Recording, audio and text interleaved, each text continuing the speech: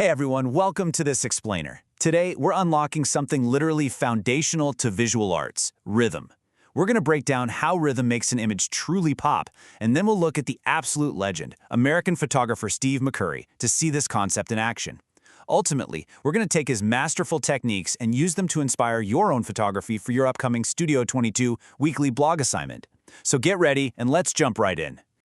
All right, here's our game plan for today. We'll start by understanding visual rhythm, meet photographer Steve McCurry, look at how he documents the human condition, and then dive into your weekly blog assignment, along with the grading and submission rules. Okay, Section 1, Understanding Visual Rhythm. Think about rhythm in photography kind of like a musical beat. It's the movement created by repeating art elements, stuff like color, value, shape, and line. When you repeat these objects in an image, you build a visual tempo. And that tempo, it smoothly guides the viewer's eye right across your composition. Rhythm is basically the secret sauce that tells the viewer exactly where to look, how to scan the layout, and when to pause for emphasis. It totally keeps your design from feeling chaotic or just boring. So there are 5 primary ways you can actually build this movement into your shots. First up is regular rhythm. That's repeating elements at identical intervals, like perfectly spaced pillars. Next, we've got progressive, where things change in a sequential pattern, like a shape gradually getting bigger. Then there's flowing rhythm. Think organic, uninterrupted, smooth curves, like wavy lines. Alternating rhythm acts sort of like a back-and-forth switch, kind of like a checkerboard.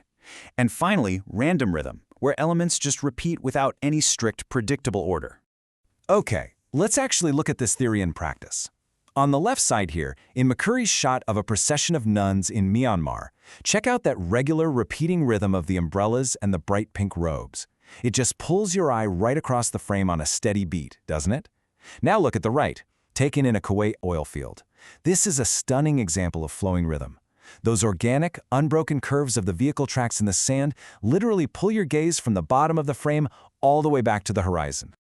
Moving right along to Section 2, Meet photographer Steve McCurry. Guys, McCurry's backstory is straight out of a movie. Born in Philly in 1950, he started out studying cinematography at Penn State. After working at a newspaper, he traveled to India with literally just a bag of clothes and some film. But his massive break came in the early 80s. He met Afghan refugees who actually smuggled him across the border into Afghanistan, right as the Russian invasion was locking Western journalists out of the country. He embedded with Mujahidi fighters for months.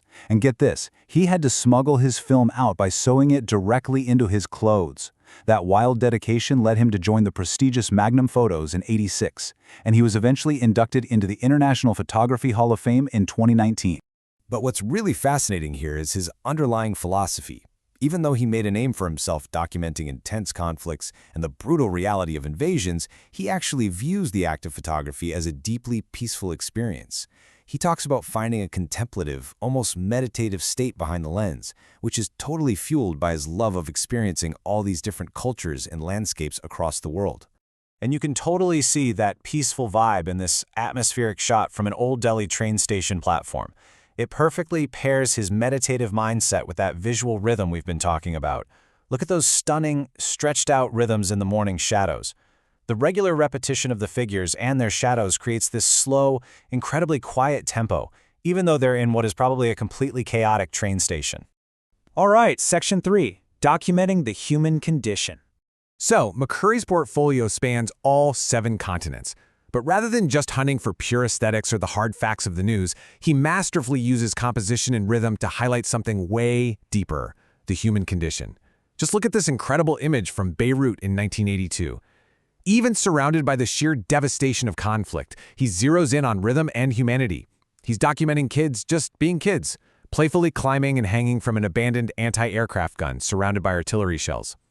The repeating shapes of the children against that stark, destructive machinery, it tells such an intense story about resilience and the universal stuff we all share. Whether he's capturing vanishing cultures, ancient sacred places, or just everyday contemporary life, he proves his core belief time and time again. As he says, what matters most is that each individual picture has to stand on its own, with its own unique place and feeling. Take this shot of the Golden Rock. The alternating rhythm of the monks praying, set against the massive, smooth texture of that rock, it creates this standalone, overwhelming sense of reverence. Okay, let's pivot a bit. Section 4, your weekly blog assignment. Now it's time to take all this inspiration and channel it into your own work for this week's Studio 22 blog assignment. The workflow here is highly specific, so please listen up. Step 1, you absolutely must save your digital photo to your Google Drive first. Step 2, post it directly to your class blog website. You can preview it on the Studio 22 site to make sure it published right. And step 3, this is huge, guys. Do not turn anything in through Schoology seriously. We are completely bypassing Schoology for this workflow. Also, before you even think about uploading any images to your website's folder, it is absolutely mandatory that you rename your file exactly like the example on screen. That's your first name, dash, your last name, dash, your period number, dash, and the title of your photo. So if you happen to be Taylor Swift in period 1, your file needs to read exactly as Taylor-Swift-P1-title. Keeping this organized is literally the key to getting your grades, so don't skip it. Which brings us to Section 5, Grading and Submission Rules. Make sure you know your specific class deadline. If you're in periods 1A through 4A, your blog post is due Monday. Periods 5B through 8B, yours is due Tuesday. Your post needs 4 distinct elements: the date, a title, a description of the picture, and the photo itself. You're expected to complete the post at school. And while using the school iPad is definitely recommended, you can totally use your own device to shoot your photos, whether you're on campus or off. Oh, and your theme this week? You guessed it, rhythm. Here's the breakdown of your 10-point rubric so you know exactly how to maximize your score.